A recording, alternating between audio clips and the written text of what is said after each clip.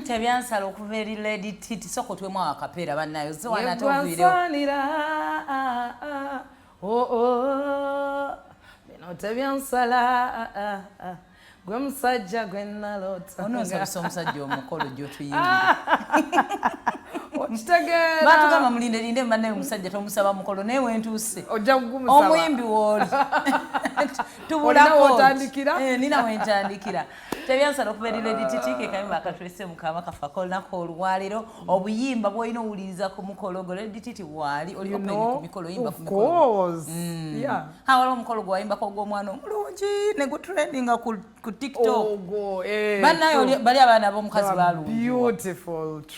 metroni omugole emperekeze metron tomwawula na mugole n'ogamba baba naye they were all so beautiful so Lady Titie ali open ku mikolo aba planning okukola emikolo so omukubira najja n'akuyimbira like we said muyimbi ate munnamawulire gwe tuyina mukama naye nga njaga okujjukiza banafe abatabula babadde wano bagule genda mutabula ogule ettaka lyo bali genuine process yabwe eri buli kimu kiri clear nga bakigamba bakubireko ku simu mukole business bayina ennyumba eziwedde okuzimbibwa bayina ettaka erya commercial ng'oyagala kulimira kukolako business ndala bayina ennyumba ng'oyingira buyingizi n'abantu ambako okubabba semiti nabikoze bitya so g'ogenda bugezi mutabula n'obawa ssente n'oyingira ennyumba yo ate balina enkola ya kibanja mpola tebateeka pressure bambi their business is so good and at the top of it all bw'ogulayo ettaka ogenda mu draw gye tukubanga omwaka guweddeko yeno neva wano omukyala tusuubira Judith mweyeewangulidde poloti ng'eriko n'ekyapa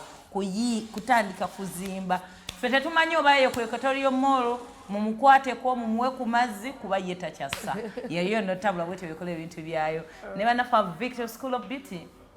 abo nno batwakwayaringa mu skills ez'enjawulo ng'oli eyo olina kyoyagala okuyiga oyagala yiga ku bakinga kukola ku bagole kola makeup kukanika amasimu skills zonna zonna ez'omubwongo baneetobeererawo ofuna ki chance most especially abakyala n'ogwa ku baana b'abandi omanyi ffe tulina agakisa gaffe omusajja nagamba ki kyoyagala okukola nga tosobola yadde okusiba enviri toyina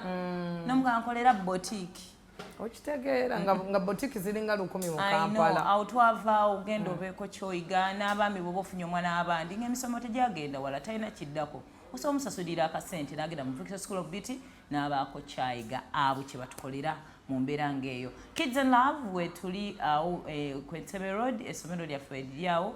leetawo omwana we atandika obutandisa okusoma myezi 18 n'okudda waggulu Shibubu tujja mukulabirira bulungi nnyo nawe osiime abasomesa baffe bazadde bategeera embeera na buli kimu omwana we gye yeetaaga okukulira mu jangu omwana tumuyigiriza embeera ey'obulijjo manners how to use a toilet how to eat how to speak how to talk to people ebyo wanatukira ogenda mu P1 nga mukyala mukulu na mwami mukulu so waweereza myezi 18 we are open anytime we admit kyobola Kids and Love tuba tugiranga buli ssaawa omwana kasaiza myezi 18 fetuba tusobola omuadmitinga mpozi ne banafa Fabulous Women Hypermarket semaduka gagadde mu kibuga kati ku Namirembe Road we tuli okuweereza tulina parking space emalira ddala Janko Fabulous tuguze n'okusuubuza ebintu ebirungi okuva manga ag'enjawulo ate ebintu naddala machines ezo oba washing machines oba biki ebyebbeeyi tubiwa biriko warranty so jangu tujja kuba tukolako naawe bulungi nnyo nnyini ddala tuyingiddewo mukama Lady Titie nsonga kiwabadde onkubiddeko n'oŋŋamba oyagala kundaba njagala kwogerako naawe munnaye muto wange ensonga zino olumu weetaaga wuulira ffe wabadde oŋŋamba ki ensonga eriwo omwami gwokyakala naye mumaze almost omwaka bitambula bulungi my concern nti mugenda kukyakala pakaddi mukyakadde mwaka mulamba mukukubye wali muli mukulya nsimbi from one place to another enkoko muziridde woteri ezebbe naye munaakulaakulana twezira tugamba nti waliwo akafa akaguddewo nga mwe baabo wobeere wantu owamu abantu bawaitress bamanyira ne batuuka nga tebakyakuwulira bana bagayi ba security parking babalaba bakumanyi they are used to you kati tukyusa ekyo nkitegedde mukyusizza kati obulamu bwo munaabukyusa ddi okwekulaakulanya butya kireeri gwe okulaakulanya omwami wo nti ne muva ensimbi ze mukyakalamu ne mugamba abatabula balinako bwe batunda wano banaye tuguleko wano banaye tuteekewo kazigo banaye tuteekewo ka bizinesi ebyo muli bikola ddi tukyebikola nga tukuze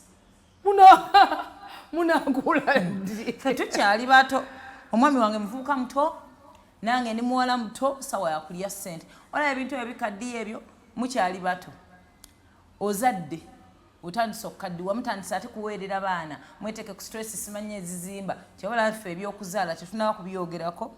sima bino okuzimba omuzigo tukyasobola apartment tugisasula omulenzi wange agisasula bulungi anti tolaba nga kyabbeeyi nnyo okusasula apartment mugagawaza nanyina apartment naye ate senga muzeemu amagezi nemufunako we mugula nemuteekawo ennyumba eyammwe nemuva mu kugaggawaza abalala mujja kuba musevinga ssente nnyingi senga mufuna we muteeka omuzigo gwammwe omuntu tagendeko ku beach kulya ku kyennyanja anti omanyi nti ebyo byonna tebikoma kati omanyi nti obulamu bw'omwami buyinza okuba nga talina nakyo oyinza kulaga nti kino kye twakolamu era ffe tujja okubuuza ffe bakulu bo nti aha nga bukoma butya yasoma alina omulimu gwate gumusasula bulungi bugenda kukoma ddi senga gukoma gutya it happens alina empapula ze nga asaba omulala gwelowooza abantu abali ku street tebaagala kukola baagala okukola emirimu gibula bubuzi empapula zazirina naye ali ku street watambula ne PhD ze nga zibuze emirimu gibula mu mulimu bakutuuza they find a better person era gwe gwalikyukira nagamba munange Haffy twazirya kakati tukoze tutya nze olumu ebimalamu n'amaanyi ze ebibuuzi byempulira omukyala n'azimba omwami n'amulekawo gwe tobiwulirangako omuwala n'agenda n'ayagala omwami we namugala tuzimbe n'asomba amatafaali wuuyo batambuza ebigere wuuyo beerumiza ne bali ekikomando ne banywa amazzi g'ekikumi ne bakola ki omwami ate embeera embi ekaddiya omukyala n'alyoka akulubuka ku myaka 25 n'endyoka ndabika ng'owa 35 naye ate omanyi nti obeera ne right eclaiming ennyumba eyo gy'oba okoleredde gy'oba osembedde amabulooka okusinga eno mu mabaala gy'ogenda mu bawaitress gye babamanyirira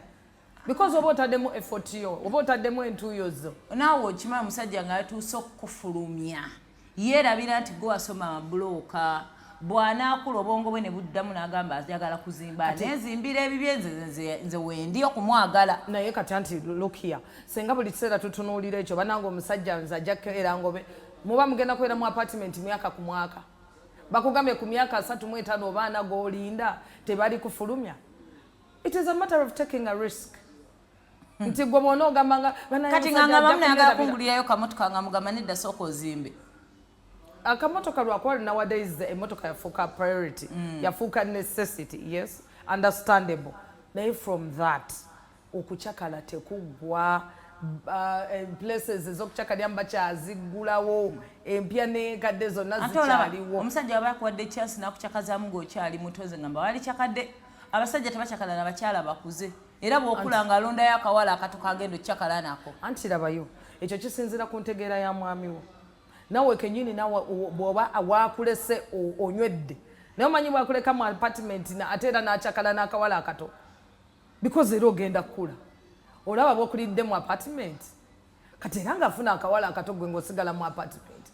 ate era as fate would bring it ajja kufuna akawala akato nga ko kamanyi okutetenkanya kamugambe naye omanyi hani tuzimbe kati gwe munnange yakyakala myaka gyo ng'oli mu apartment wali okozesa myaka gyo egy'ekivubuka munaye nga kawala ate bakazimbira ng'ate otulekanira ku social media omusajja mbadde naye emyaka tewamuzimba. So you should talk to him. Omuzimbe muteekewo samuka business muteekewo nyumba muguleyo poloti mubeere mu ssente zammwe wakiri zibeerewo naye olaba gye muzitwaleyo gyonna gye mukyakalira amachips agatagwa enkoko ezitagwayo which you can even cook at your own place if you wanted to.